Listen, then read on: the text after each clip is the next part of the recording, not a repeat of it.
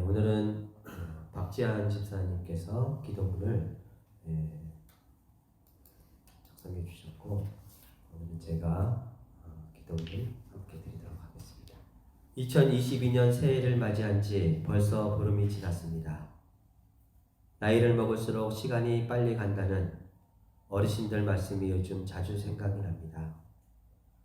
20살을 맞이할 때까지는 설레임이 충만했고, 30쯤에는 무수한 계획들로 가득했던 새해 첫 달이 40 이후부터는 아이가 나이를 먹는 것을 함께 기뻐하던 날들이었음을 기억하며 큰 탈 없이 지나간 모든 시간들에 감사합니다.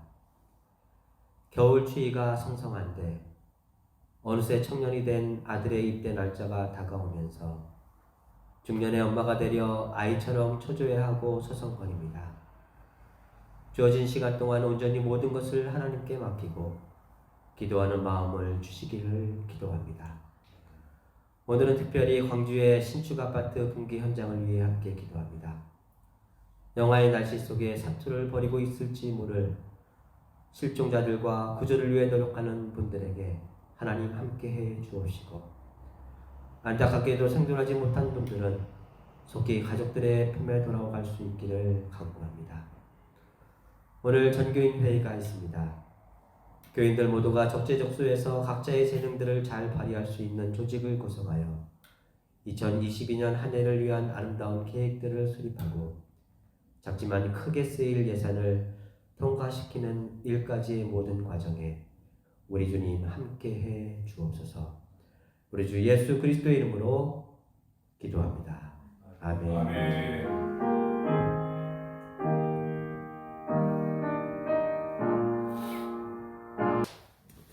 감사합니다.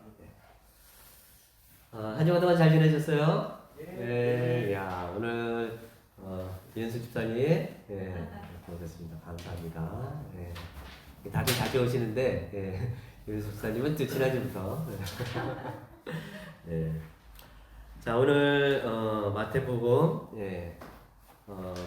예수님 탄생 이야기, 그리고 이제 예수님 공생에 시작하시면서 이제 세례 이야기, 그리고 이제 오늘 이렇게 마귀에게 유혹을 받으시는 사탄에게 유혹을 받으시는 이야기.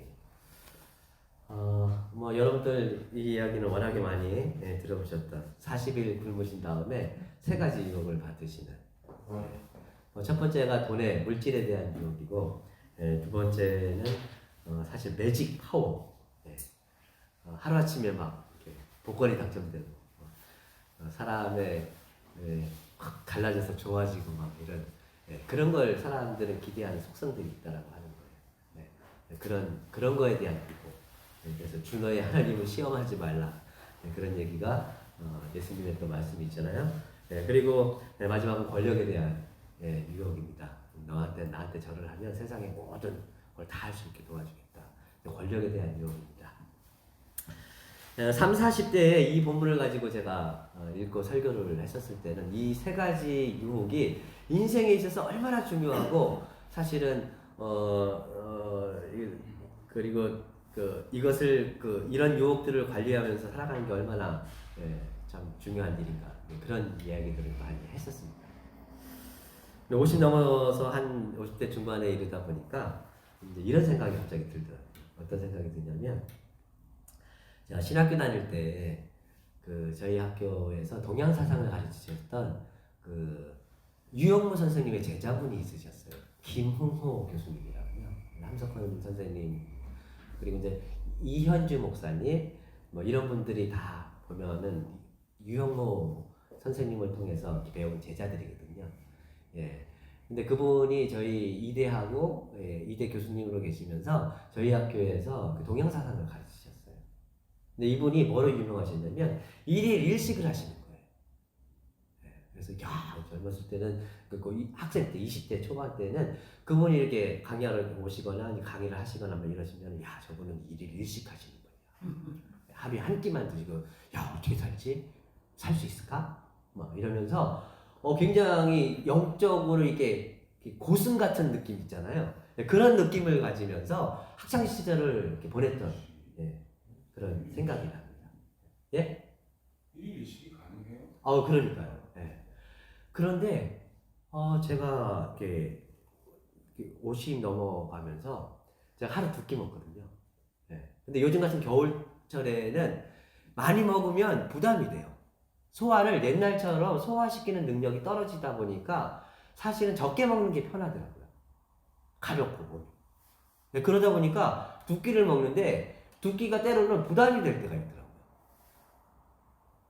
그래서 어떨 때는 가볍게 한 끼를 그냥 노른밥 조금 먹거나 아니면 그것도 안 먹고 그냥 하루에 한 끼를 먹는 거예요.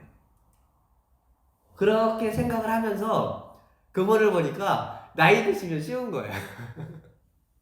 나이 드시면 이렇게 가벼운 거를 좋아하시는 분들에게 있어서는 그게 그렇게 어렵지가 않을 수도 있겠다 그런 생각이 갑자기 드는 거예요. 젊었을 때는 어렵죠. 한참 힘을 써야 되고 할 일이 많고 막, 에너지를 많이 쏟아내야 될 때는 사실은 많이 3끼로도 부족하죠. 3끼로도 부족하죠. 그런데 그 몸을 많이 움직이시는 분들 뭐 이런 분들은 또 에너지를 막 많이 만들어내야 되니까. 근데 그렇지 않으시는 분들은 가만히 앉아서 이렇게 책 보시고 글 쓰시고 뭐 글을 쓰는데도 에너지를 많이 쓰이긴 하시지만은 어떤 분들에게는 굉장히 자연스러운 누워서 떡 먹기 같은 그런 걸 수도 있겠다라는 생각이 갑자기 드는 거예요. 예? 사람에 따라 달라요? 누워서 떡 먹는 거 어렵더라고요. 누워서 떡 먹는 게 어렵다고요? 맞아요. 어려워요. 그러면서 드는 생각이 뭐냐면 예수님이 이 유혹받으시는 이 3가지 주제가 예수님이 젊었을 때니까 굉장히 힘들었던 유혹이었지 사실은 예수님이 나이 드셔서 만약에 인생 이런 우여곡절을 다 겪으면서 살아보셨더라면 첫 번째 물질에 대한 유혹 이거 쉬웠겠습니까? 어려웠겠습니까? 어렵죠. 네? 몰라요. 근데 제가 가만히 생각을 해보면요 우리가 이제 뭐냐면 물질이 반드시 있는 게 좋은 것만은 아니다라고 하는 게 살면서 경험적으로 알아요. 많은 게 무조건 좋은 것만은 아니다라고 하죠. 네, 그걸 알아요. 알다 보니까 어떤 현상이 벌어지냐면 무조건 돈 된다고 다 달라지질 않아요. 지금 그래요. 나이가 들면서 사람들 보니까 사람들이요 물론 너무 힘들고 물질이 많이 필요한 상황에서는 다르겠지만 내 몸이 망가질 정도로 하면서 막 돈 버는 일에 달라지질 않아요. 왜냐면 이게 사람들이 경험적으로 아는 거예요. 몸이 망가지면 끝이라고 하는 걸 알아요. 그 젊었을 때처럼 막 물질에 대한 이게 모든 그 관심이 다 차지하지 않더라고요. 살아보니까 때로는 물질보다 더 중요한 게 있다라고 하는 걸 경험적으로 아는 거예요. 몸 건강이 망가지면 돈이 아무리 많아도 소용이 없는 거예요.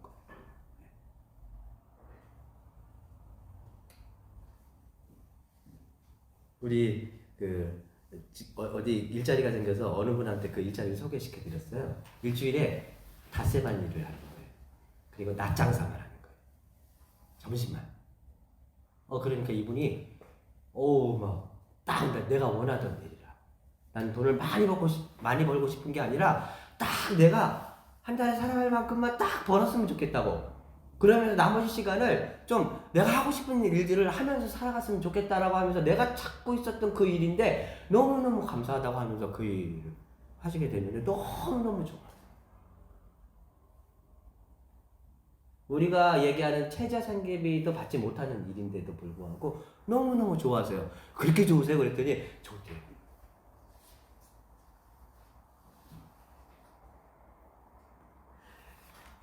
아무리 돈이 많아도 그걸 우리가 잘못 쓰면은 천박해질 수 있다라고 하는 것도 알아요. 그리고 쓸 때 쓸 줄 알아야 된다라고 하는 것도 경험적으로 살아보니까 이게 알아요. 그러면서 이게 돈 버는 일에 모든 걸 걸질 않더라고요. 이게 사람이니까. 권력도 그런 것 같습니다. 젊었을 때 되지도 않는 머리를 가지고 1등 해보려고 막 공부도 해보고 이랬는데 안 돼요. 근데 그렇게 해서 막 1등하고 막 이렇게 좋은 위치에 올라가고 막 이렇게 살아가는 사람들 보면 근데 어떤 걸 느끼냐면은 그 위치를 놓치지 않으려고 막 그 백조 위에서 호수가 막 빠지지 않으려고 막 이렇게 발버둥 치는 것 같은 거. 그 밑에서 보면 막 그 백조가 막 빠지지 않으려고 막. 근데 그런 게 보이잖아요. 그런 게 보이잖아요. 그러면서 점점 이렇게 적당한 게 좋지. 너무 많은 권력과 너무 많은 직위에 그래서 너무 많은 것들을 감당해야 되는 것도 부담으로 느껴요. 미국에 있을 때 은퇴를 앞두신 한 60대 중반의 목사님이셨는데 그 목사님 이제 돌아가셨어요. 저희 교회에도 한 번 오신 적이 있죠. 박선영 목사님이랑. 근데 그분이 샌프란시스코 일대에 100년이 넘은 교회에서 그분이 인품이 참 좋으시거든요. 그래서 그분을 모셔가려고 얼마나 애를 썼는지 몰라요. 그분은 저희가 처음에 미국에 가서 갔던 그 몬트레이라고 하는 작은 도시에 한인 한 4, 50명 정도 모이는 그 교회에서 목회하셨거든요. 그 교회에서 목회하시다가 그 교회에서 은퇴하셨어요. 근데 그분이 거기서 한 5년 정도, 10년 넘게 계셨는데 5년 정도 계실 무렵에 그 샌프란시스코 일대에 많은 큰 교회에서 그분을 모셔가려고 엄청나게 애를 쓰셨어요. 근데 그분이 안 가셨어요. 내가 이 나이에 그 큰 교회 가서 무슨 걸 하냐고 하면서 안 가셨어요.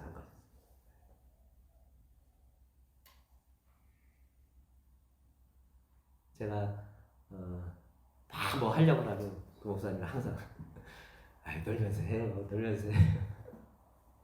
즐겁게 해요. 그냥 일하려고 하지 말고 애들하고 놀아요.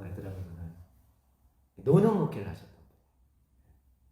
신방도 막 이렇게 준비해서 가지 않으세요. 그냥 가셔갖고서는 뭐 해요? 잘 돼요. 그러다가 기도하면 딱 해주시고 나오시고. 오래 시골에서 오래 함께 사셨던 그 시골의 그 어르신 같은 그러면서 동네 구석구석에 그 대소사 모든 일들 다 이렇게 알고 계시면서 다 챙겨주시고 맘 써주시고 기도해주시고 함께 해주시고.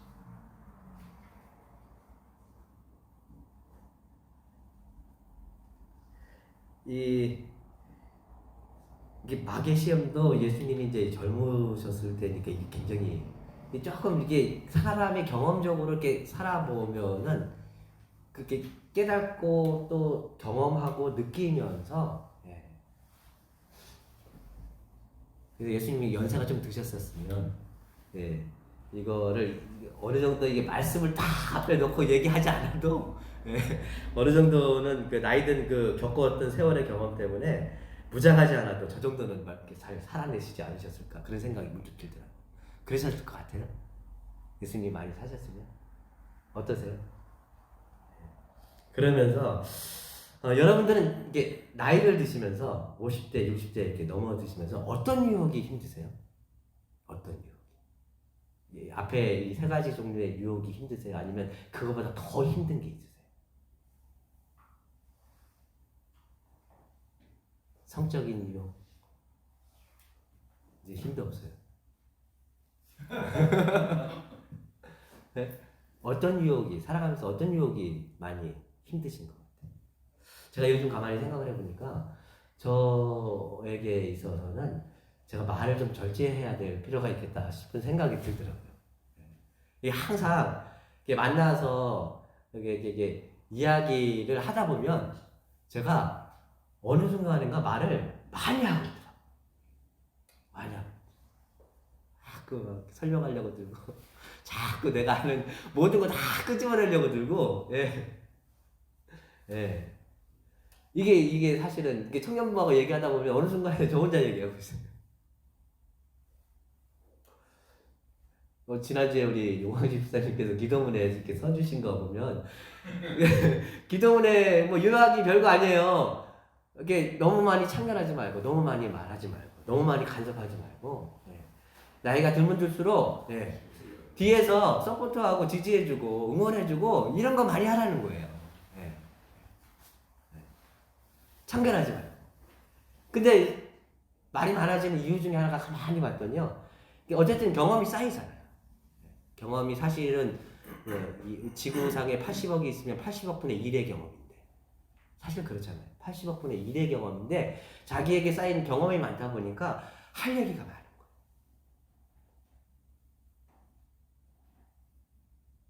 이럴 때는 어떤 말씀이 필요할까요? 네? 이 물질에 대한 유혹이 막 자기를 컨트롤하지 못할 때는 사람이 떡으로만 살 것이 아니고 하나님의 말씀으로 살아라. 그래서 물질조차도 다스릴 수 있는 정신이 있어야 된다라고 하는 거를 사실은 그런 생각을 가질 필요가 있는 거잖아요. 이렇게 말이 많을 때는 어떻게 해야 되죠? 매직 파워 같은 거. 종교 생활을 통해서 뭔가 확 달라질 거라고 하는 이런 기대들, 로또가 당첨돼서 내 삶이 하루아침에 확 바뀌었으면 하는 이런 기대들, 우리 삶 속에 그게 많거든요. 하나님 잘 믿으면 내가 뭔가 하루아침에 확 달라질 거, 상대도 확 변화시켜주고 막 이런 거에 대한 기대가 많이 있는데 너의 주너의 하나님을 시험하지 말라라고 하는 이 예수님의 말씀은요, 사실 따지고 보면 매일매일 하나님을 시험할 생각하지 말고 매일매일 내가 하나님 앞에 서야 된다는 얘기예요.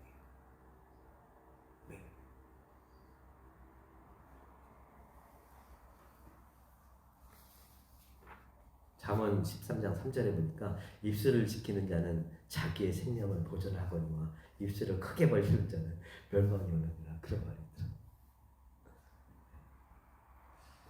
네. 자, 여러분들도 한 번쯤 읽어보셨을 법한 니코스 카자차키스의 작품 그리스 최후의 유혹이라고 하는 책이 있습니다. 읽어보셨어요? 네. 영화로도 나와요. 제가 영화를 찾아봤더니 영화를 넷플릭스에 없더라고요. 그리스도 최후의 유혹, 이 세 가지 유혹 말고요, 예수님의 마지막 최후의 유혹이 이 작가가 얘기하는 그게 뭘까? 자, 광야에서 40일 동안 배를 쩔쩔 굶은 예수님에게 세 가지 시험을 했던 이 마귀는 예수님이 넘어가지 않자 나중에 보자 하면서 떠나요. 나중에 두고 보자 이러면서 떠나요. 그리고 그렇게 공생의 기간을 마친 예수님이 마지막 십자가 위에서 한 천사 소녀가 나타나요. 그리고는 뭐라고 얘기하냐면, 야 예수, 너 이만하면 충분히 다 했다. 애썼다. 고생했다. 수고했다. 이제 너의 삶을 살아도 돼. 하나님의 일은 충분히 했으니까 이제는 너의 삶을 살아도 돼. 한 소녀가 나타났어. 예수님 십자가에서 내려와. 그리고 마리아하고 결혼해. 막달라 마리아하고 결혼. 근데 얼마 지나지 않아 막달라가 죽어요. 그리고 뒤늦게 후회를 합니다. 겁쟁이, 도망자, 배신자라고 하는 자책에 시달리다가 삶을 또 되돌이킵니다. 그리고 다시금 또 이렇게 삶을 되돌이켜서 또 살다가 십자가를 또 지면서 그 위에 올라가요. 근데 실제 그 일이 벌어졌던 게 아니라, 그 소설에서 실제 그 일이 벌어진 게 아니라 예수님이 십자가상에서 마지막 순간에 환영을 보는 거예요. 그러면서 필름이 쫙 돌아가는 겁니다. 지금 제가 말씀드린 필름이 쫙.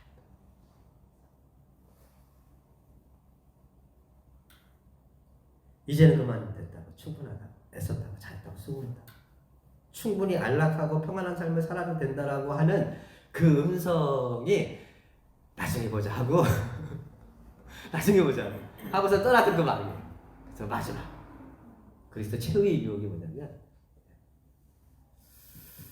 제가 젊었을 때 읽은 책이었어요. 그 책을 다시 한번 생각을 해보면서 이게 이런 의미는 아니겠죠. 우리가 살면서 삶에 지쳐있는 사람들에게 너 이대로 충분해, 잘하고 있어, 애썼어 하고 격려해주는 이런 이야기는 아닐 겁니다. 그런 거조차도 하지 말라, 뭐 그런 얘기는 아닐 거예요. 자, 이 작품에서 니코스 카잔차키스가 하고 싶었던 이야기는 뭘까요?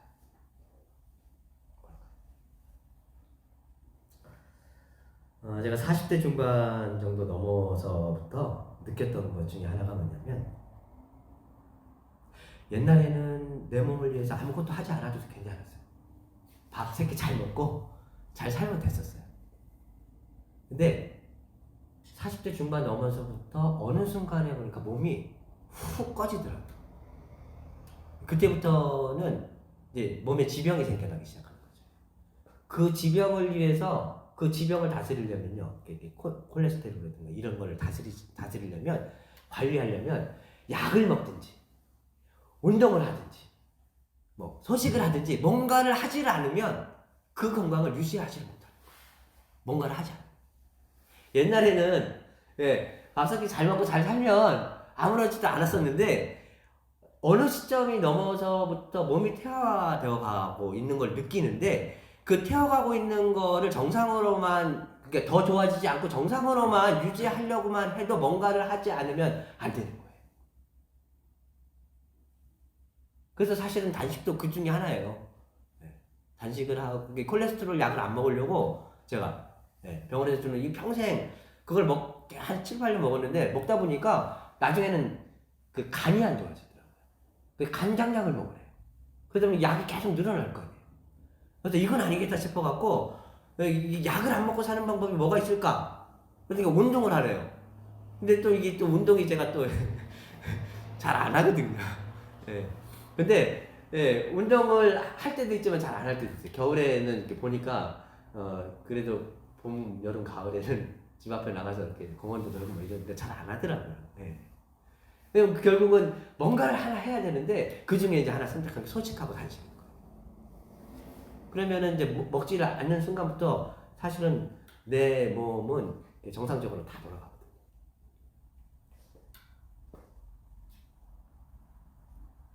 마치 그런 거예요. 우리 에스컬레이터가 이렇게 쭉 내려가잖아요. 쭉 내려가잖아요. 그걸 위해서 거꾸로 내려가고 있는 걸 거꾸로 해서 올라간다고 생각해요. 내가 가만히 있으면 어떻게 돼요? 점점점 내려가죠.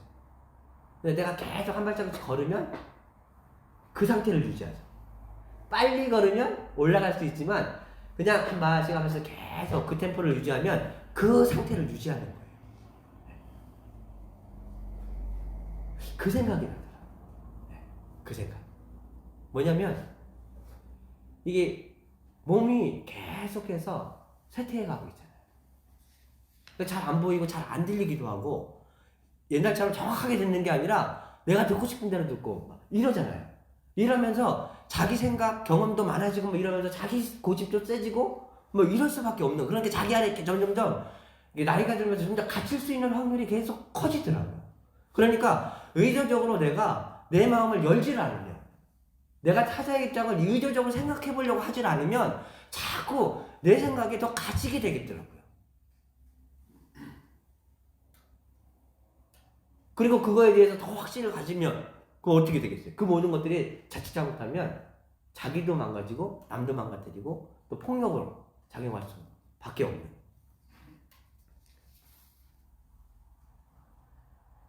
저는 이 니코스 카자자키스 이 소설가가 보여주는 예수 최후의 유혹은 신앙의 안주라고 생각합니다. 신앙의 안주. 이거 하면 되지. 이거로 충분하지 않나. 내 몸은 내 몸과 함께 내 마음과 내 삶을 관리하는 이런 모든 것들이 사실은 몸과 함께 사실은 어쩌면 이렇게 쇠퇴해 가고 있는 이 상황 속에서도 어쩌면 이거만으로 충분하지 않나 라고 생각하는 이 신앙의 안주하는 박노해 시인이 과거를 팔아서 오늘을 살지 말자라고 얘기했어요. 지나온 삶의 시간들이 아무리 찬란했어도 과거는 과거일 뿐이라고 하는 겁니다. 제가 아무리 올해 물금 농사를 실하게 졌어도, 그죠? 올해 작년에 3배, 거의 2.5배 졌거든요. 실하게 졌어도 내년에 제가 농사 게을리하면 하면 내년 농사 망칩니다.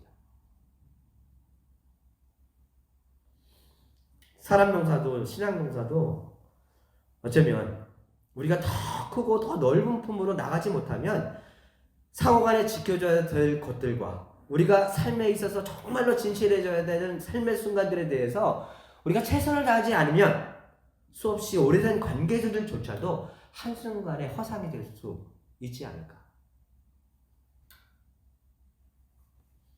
그래서 우리가 살아가면서 관계가 어려워지고 갈등이 생기고 힘들어질 때 저는 영적인 파트너가 필요하다고 생각합니다. 영적인 파트너.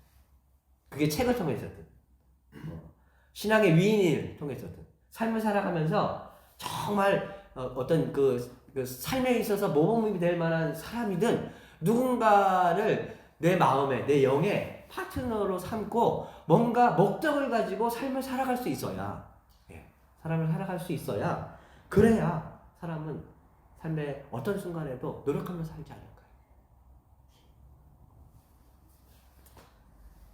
그리고 그 무엇보다도 하나님 앞에서 나만이 아니라 나뿐만 아니라 온 생명을 이렇게 품으로 다 끌어안고 계시는 하나님을 생각하시면서 그 하나님 앞에서 나를 따뜻하게 품어주시는 것처럼 나와 더불어 살아가는 사람들조차도 하나님께서는 따뜻하게 품고 안아주고 계시잖아요. 그런 하나님 앞에서